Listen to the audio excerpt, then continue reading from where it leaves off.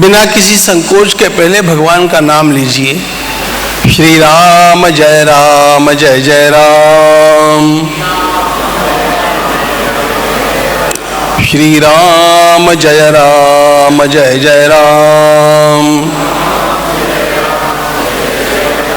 श्री राम जय जय राम। वर्णानाम अर्थसंघानाम रसानां छंदसामपि मंगलानां च कर्तारौ वंदे वाणी विनायकौ। नमामि सद्गुरुं शांतं सच्चिदानंद विग्रहं पूर्ण ब्रह्म परानंदम ईशम आनंदी वल्लभम। प्रपन्न पारिजाताय तोत्रवेत्रैकपाणये ज्ञानमुद्राय कृष्णाय गीतामृतदुहे नमः।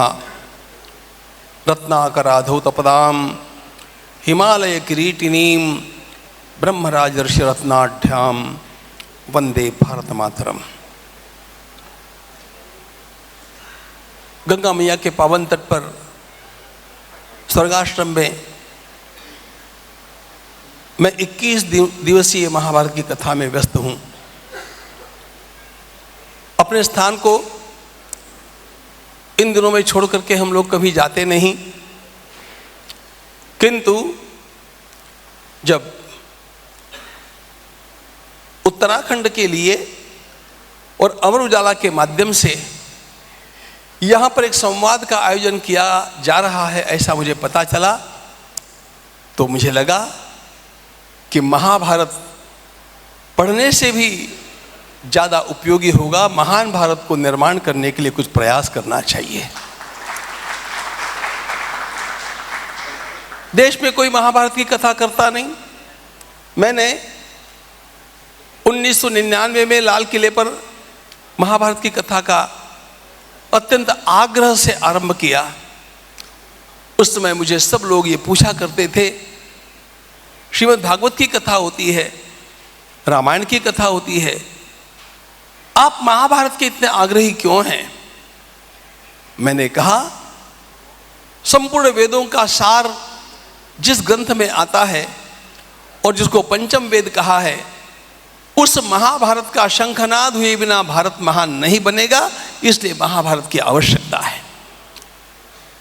और महाभारत के लेखक भगवान वेदव्यास जी महाराज ने जिस प्रकार इस ग्रंथ को लिखा है, मुझे अमर उजाला यह शब्द सुनते ही उस प्रसंग की याद आती है, उस नाम की याद आती है। प्रज्वालितो ज्ञानमय प्रदीप। महाभारत क्या है?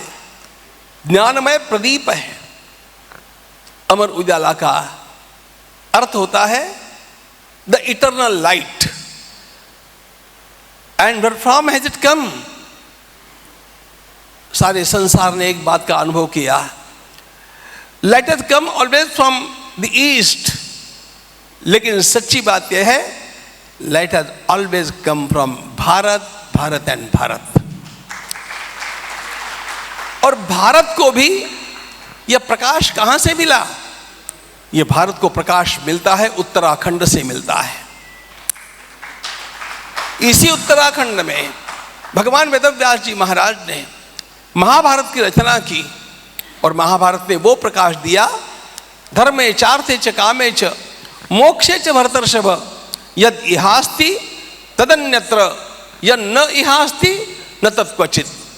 संपूर्ण ज्ञान विज्ञान के क्षेत्र में जो महाभारत में मिलेगा वही अन्यत्र कहीं मिलेगा, जो महाभारत में नहीं मिलेगा वो कहीं पर भी नहीं मिलेगा। ये प्रतिज्ञा उस समय की आज तक वैसी की वैसी बरकरार है। मित्रों, अधिक बोलने का समय आज नहीं है, लेकिन विदेशों में 30 वर्षों से जाते जाते मैंने वहाँ पर जो अध्ययन किया, एक बात मेरे ध्यान में आई कि आजकल बहुत अधिक लेखन होता है 4 क्षेत्रों में, management, self help, leadership and relationship. इन चारों के चारों क्षेत्रों में महाभारत के साथ तुलना की जाए ऐसा कोई भी ग्रंथ पूरे संसार में नहीं है। यह मेरा पूरा पक्का निष्कर्ष है। और यह सारा प्रकाश इसी उत्तराखंड में उस महाभारत की रचना करके भगवान वेदव्यास जी ने दिया। इसलिए प्रज्वालितो ज्ञानमय प्रदीप, यह प्रदीप, यह दीपक जला और यह अमर उजाला निकला और उसने इस देश को प्रभावित किया। देश को, संपूर्ण विश्व को प्रकाश मिलता है भारत से, भारत को प्रकाश मिला है उत्तराखंड से। आज उस उत्तराखंड की सेवा के लिए संवाद करने हेतु हम लोग यहाँ पर हैं। उत्तराखंड की सेवा, उत्तराखंड का विकास, विरासत के साथ विकास, इस उत्तराखंड की समस्याओं का समाधान, इस उत्तराखंड के भीतर आज भी जो अनेक प्रश्न हैं उनका ऊहापोह यहाँ पर होगा। एक सादी बात बतलाता हूँ, अन्य बातों का उतना समय नहीं, लेकिन सारे संसार को जल देने वाली गंगा जी जहाँ से निकलती है वो उत्तराखंड पानी की किल्लत अनुभव कर रहा है। हम क्यों ऐसा कर रहे हैं? महाभारत का एक श्लोक में बतलाता हूँ। तव राष्ट्रे तड़ागानी पूर्णानि च बृहंति च। देवर्षि नारद जी ने स्वयं धर्मराज युधिष्ठिर से पूछा। वो पूरा का पूरा अध्याय गुड गवर्नेंस के ऊपर है। मैं आपको दावे के साथ बोलता हूं, इतना सुंदर गुड गवर्नेंस का वर्णन आपको कहीं पर भी नहीं मिलेगा जितना महाभारत में मिलेगा। उसमें नारद जी ने पूछा, ये बताओ पानी की क्या व्यवस्था की है आपने अपने राज्य में? ध्यान रखना राजन, पानी को निर्माण नहीं किया जाता है।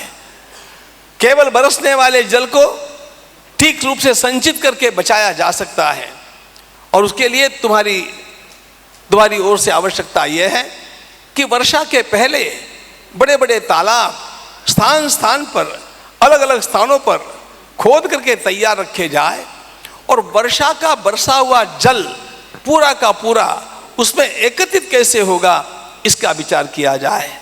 श्लोक सुनाता हूं। तव राष्ट्रे तड़ागानी पूर्णानि च बृहंति च, बड़े बड़े तालाब, एंड दे टू स्कैटर्ड भागशो विनिविष्टानि। राजा, एक बात ध्यान में रखना, वो राजा ही नहीं, जिस राजा ने अपने किसानों को वर्षा के ऊपर निर्भर रखा है, 2 वर्षों तक वर्षा नहीं हुई तो भी राज्य उत्तम चलता रहे, ऐसा राज्य जब निर्माण होगा तो वो आदर्श कहलाया जाएगा। ये मैं महाभारत की बात सुना रहा हूं। मित्रों, मुझे बतलाना केवल इतना है कि इस प्रकार का ज्ञान का प्रकाश महाभारत से जो मिलता है, उस ज्ञान के प्रकाश में, भारतीय संस्कृति के ज्ञान के प्रकाश में हमें इन उत्तराखंड की अनेक समस्याओं का समाधान करना पड़ेगा। मेरा हृदय अत्यंत व्यथित हो जाता है जब मैं ये सुनता हूं कि यहाँ के युवक बाहर जाते हैं और यहाँ का यह पलायन इतना अधिक हो गया है कि सारी प्रतिभा बाहर जा रही है। शिक्षा की कमी, जहां पर भगवान वेदव्यास जी का सारा कार्य हुआ, और जिन पहाड़ों में देवतात्मा हिमालय कहते हैं हम इसको, अस्त्युत्तरस्यां दिशि देवतात्मा हिमालयो नाम नगाधिराजः। हमारे पूर्वजों ने यह नहीं कहा कि हिमालय में तीर्थ है, पूरा हिमालय ही तीर्थ है। इसलिए उत्तराखंड का कण कण तीर्थ है, ऐसा मान करके या शिक्षा की कमी या पानी की किल्लत, यहाँ पर सड़कों की कमी और यहाँ का होने वाला पलायन, और सबसे गंभीर बात यहाँ की सारी संस्कृति का विनाश करने के लिए आए हुए बाहर के घुसपैठियों का यहाँ पर बढ़ता हुआ दबाव, इन सारी बातों को दूर करने की अनेक चुनौतियाँ हम लोगों के सामने हैं। इन सब का उत्तर क्या है? इन सब का उत्तर मेरी दृष्टि में एक है, जितना कहना मुझे आवश्यक लगता है। इस उत्तराखंड के युवकों के भीतर एक पुनः भक्ति का जागरण करने की आवश्यकता है कि हम उत्तराखंड से बाहर नहीं जाएंगे, उत्तराखंड का विकास करने के लिए यहीं पर रहेंगे, और सारा बाहर का जितना भी उत्तम कार्य है यहाँ पर ला करके दिखाएंगे। बाहर जाएंगे, पढ़ने के लिए जाएंगे, पढ़ करके उत्तराखंड के विकास के लिए आएंगे, बाहर जाएंगे कुछ निर्माण के लिए जाएंगे, लेकिन यहाँ पर निर्माण कैसे होगा, यहाँ पर उद्योग कैसे चलेंगे, यहाँ पर शिक्षा की व्यवस्था कैसे होगी। देखो, संपूर्ण भारत की भक्ति करने वाले हमारे अनेक वीर सावरकर जी जैसे देशभक्त हुए, और चाहे मदन लाल धिंगरा हो, चाहे सरदार भगत सिंह हो, संपूर्ण देश के लिए उन्होंने अपना जीवन लगा दिया। आज उत्तराखंड के युवकों को उत्तराखंड के विकास के लिए अपने को अर्पण करना होगा।